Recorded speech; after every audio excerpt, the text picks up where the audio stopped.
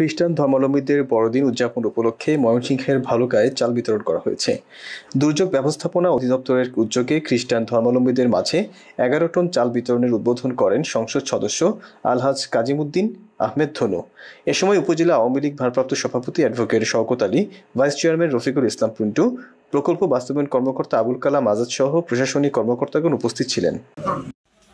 এই সরকার অত্যন্ত আন্তরিক, এই জন্য আমি আবারও মাননীয় প্রধানমন্ত্রীকে আমাদের খ্রিস্টান ধর্মাবলম্বী ভাইদেরকে বিশেষ বরাদ্দ দেওয়ার জন্য বড়দিন উপলক্ষে আমি বালক পক্ষ থেকে মাননীয় প্রধানমন্ত্রীকে আমি ধন্যবাদ জানাই।